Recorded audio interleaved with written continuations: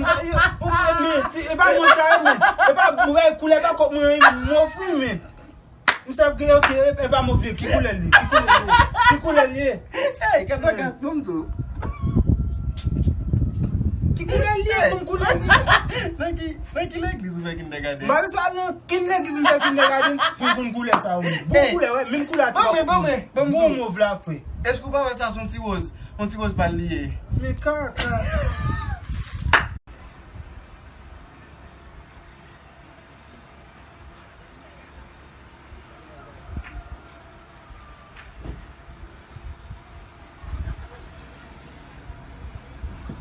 Voy la li.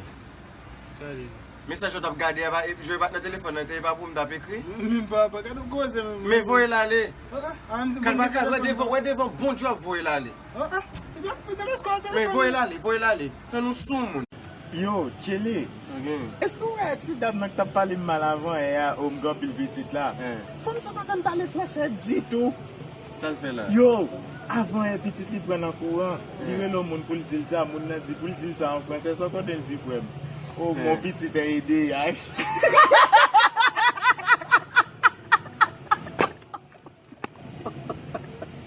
Yo, m telman rive.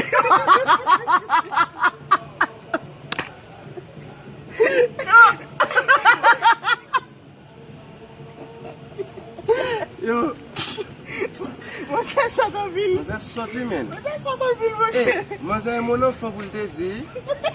Vin achete! Sa vle! Von moun pe! Fè vite non! Ton nou men, kon sa mda Mwen vin achete ton pe, mi se reton de... Mwen sou kontou la, eh? Ken pe ou baba? Mwen kop mwen. Ale, pe yon blos men jafi. E mwen fè men! Mwen pa chek baba, mwen chek o...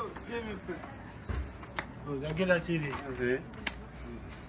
Fwe joti a, etike bi sa fwe, ton gade Se pa man, ton nou man, den nou ba nan tet moun toujwa man.